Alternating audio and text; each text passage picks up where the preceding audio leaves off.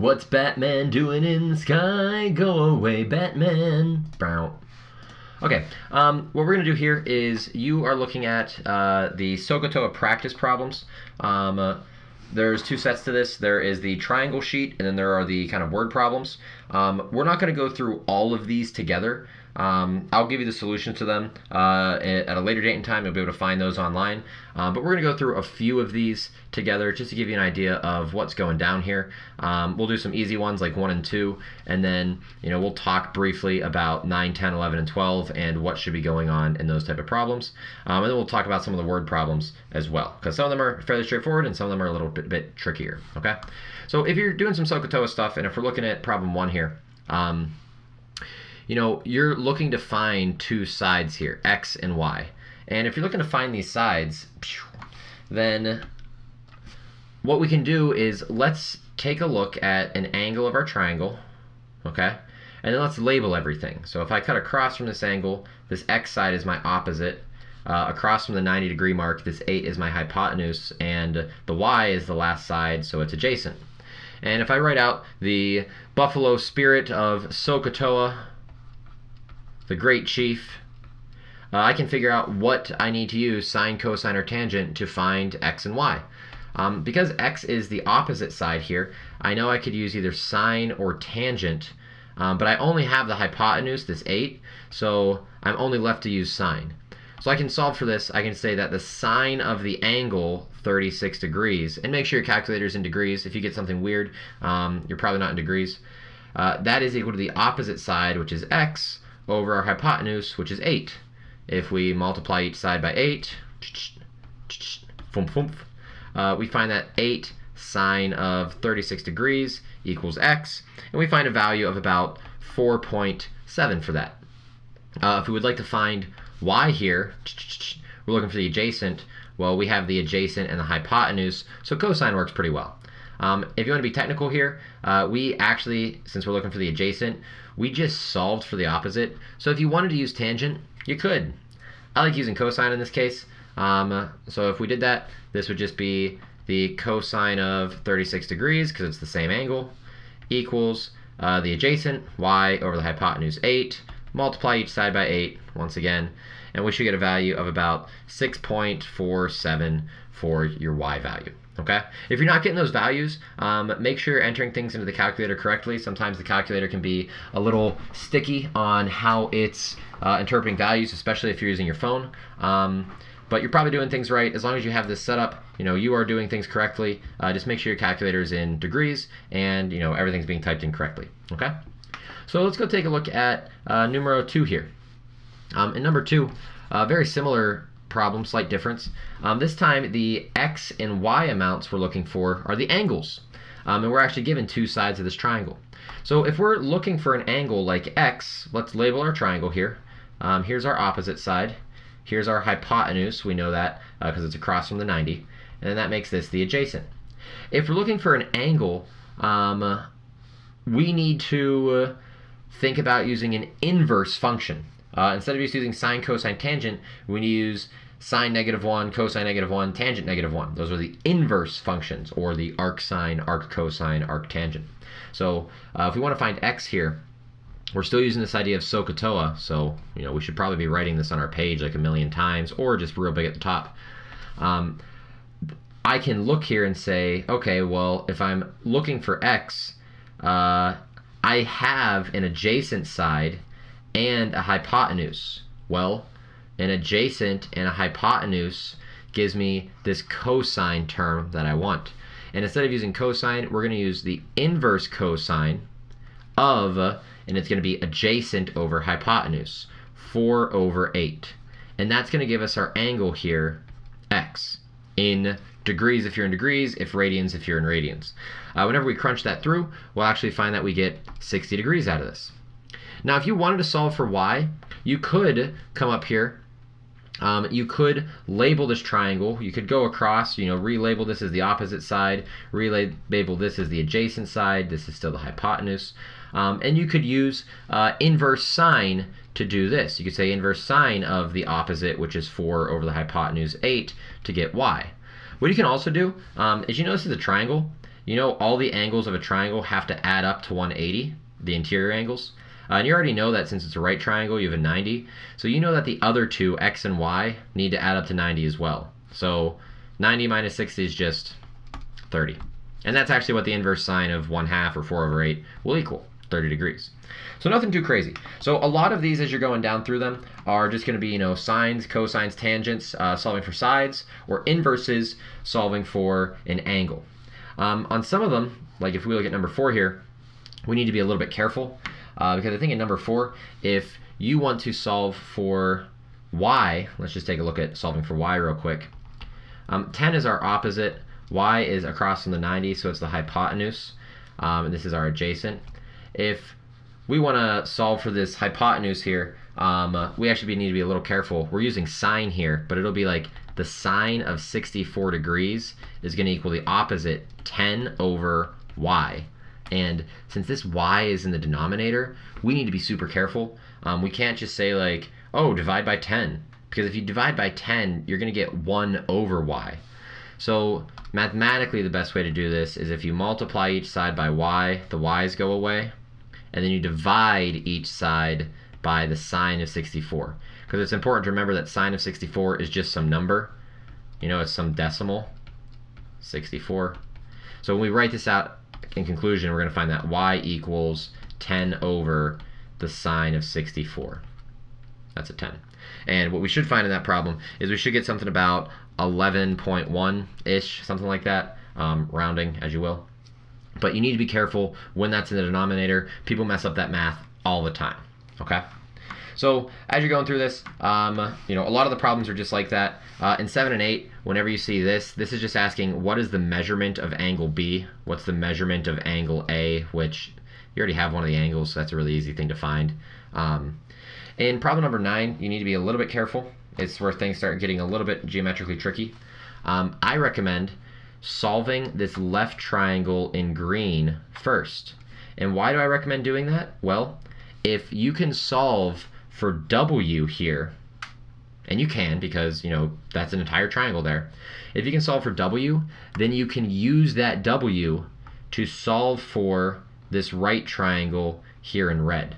That is the same side that's linked together. So if you know that value, now you can at least start doing some sine, cosine, tangent for the right triangle. But you got to start left and then work your way right. Okay? That's the big thing here. You'll know you're doing this right if you get a value for W of around 12.8. Okay? So if you get a value of 12.8 for the W, you're in a good spot. If you don't, try that again, but solve for that W first, and then you could just work 2 triangles. Okay? Question 10 is also a little tricky. In question 10, what you actually want to start with and recognize is that down here, that 110, that is an angle of the bottom side. And if you know this is 110 degrees here, then that means this angle right here needs to be 70 degrees. Because the 70 plus 110 will give you 180, and those are supplementary angles. If you know this angle down here, you can actually solve this green triangle like this, because the hypotenuse of that triangle is indeed 10. So you can solve for this green triangle here, and you can find h. Once you find h, what you can now do is you can use it on this big triangle. And you can go ahead and solve for x. So once you have h, and you got that with the green triangle, you can use h to solve for x in the red triangle here. So that gives you 2 of the things. To solve for y, that's a little tricky. What you need to do is you need to make sure you solve for this side in green, and you need to make sure you solve for the entire base in red. And what you see is if you take the red minus the green, you'll get a y that's left over. Okay? So you cannot just use this triangle right here. You can't just use that. It's not a right triangle. It won't work. But you can find information about the entire red and the entire green and subtract them to get that to work. Okay, so that's how you kind of go about 10. It's a little tricky. You'll know you did it all right if you get for y a value of 3.17. Okay, if you get about a value of 3.17, you know that you're pretty much good everywhere there. Okay. Number 12 is not a bad problem. It's super straightforward, but there's one trick to it. When your person, this is a person, haha, I'm wearing a top hat. I don't know. When this person's flying a kite, whoosh, well, here, let's give it a different kite string color. When they're flying a kite, the kite string is 75 feet long, and the kite is, you know, it's up here somewhere, right? Here's a kite. It's got a tail.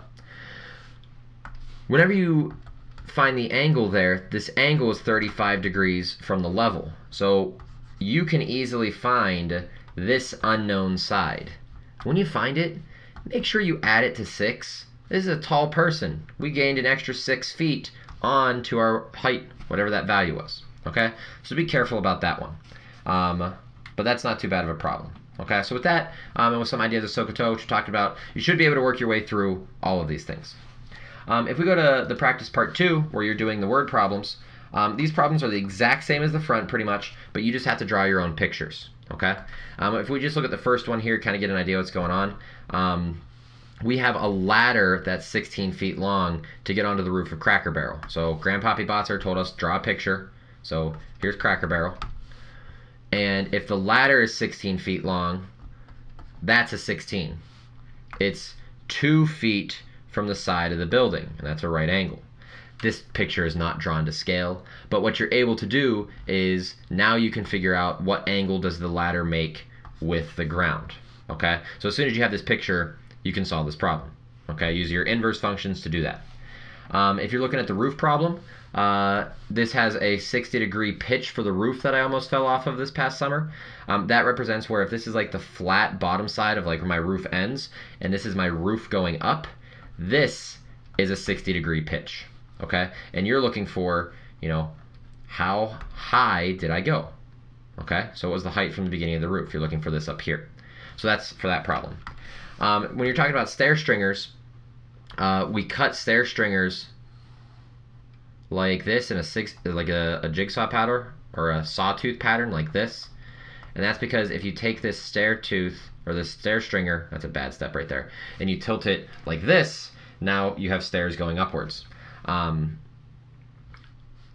When we take a look at this, what I'm talking about with a rise and a landing is that whenever your foot sits down, on a flat step, that's 11 inches, and then it rises up 6.75. You are trying to figure out what's the angle, which you can do that. That's a lovely right triangle. Okay? 16 isn't bad. 17 isn't here for some reason, but it's the tetherball problem. If you don't know what tetherball is, there's a pole stuck into the ground, and there's a rope attached to the top of it, and then at the bottom of the rope, there is this kind of like volleyball thing. The rope itself has a length of 10 feet, and you know the angle here. You're just asked how far away from the pole is the ball. You can figure that out.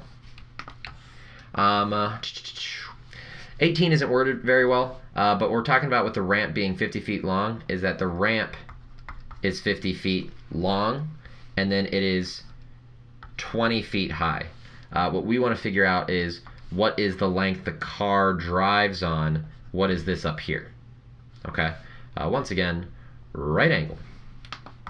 And then 19, once again, possibly worded a little bit weird. The pole is 60 feet as a pole, so it's a 60-foot pole, but it leans out what seems to be 1 foot based off the shadow on the ground.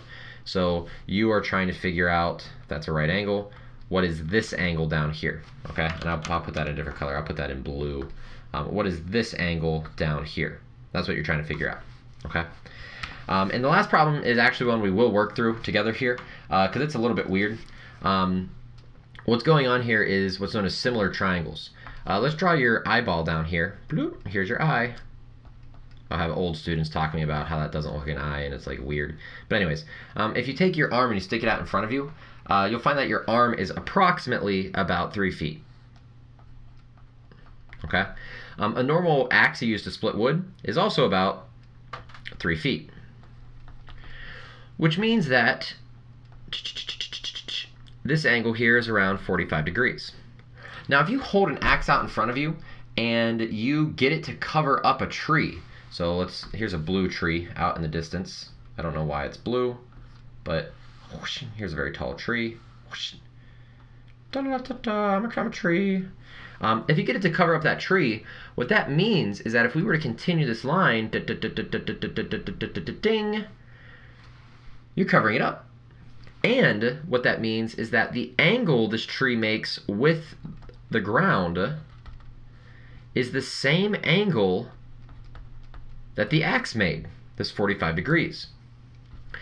What this tells you here is that if you know the distance you are from the tree, and in this problem it's 100 feet, what you can do here is, you figured out this angle of 45 degrees because you should say the angle is equal to the inverse tangent of 3 over 3. And that's because it's an opposite and an adjacent side here. And that gave us our angle of 45 degrees. Now, if you're looking for the tree, which is your opposite side of the larger triangle, and you have the adjacent side here, and you still have the angle, you can easily say that the opposite is equal to 100, oops, let's just write it like this, 100 times the tangent of 45 degrees. And what you'll easily find, and if you know anything about tangent, is that your opposite side here, or the height of the tree, will be 100 feet as well.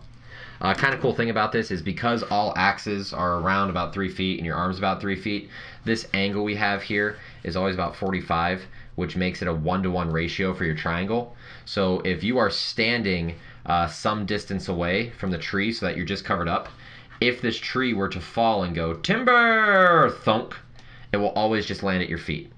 Maybe take a step back because we're approximating with real life, like maybe you got long arms, maybe you got short little skinny arms, but that tree should, if it falls, land right where you're standing, okay, because of this 1-to-1 ratio on the 45. So kind of a cool thing there with that problem. A little bit weird because you're drawing two triangles and trying to work things out, but that's what's going down there, okay? So with this, we saw some of the things on the front. We've talked about some of the setups on the back. You should be able to work through these now.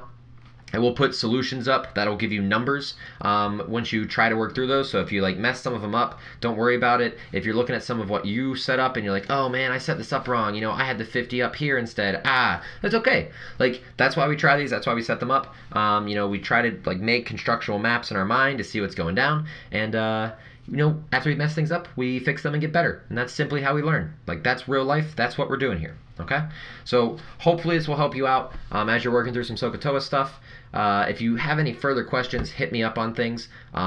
Make sure that you know how to use your calculator because that thing is annoying. And just let me know. Okay? So for right now, this is finished. Adios. And you all take it easy.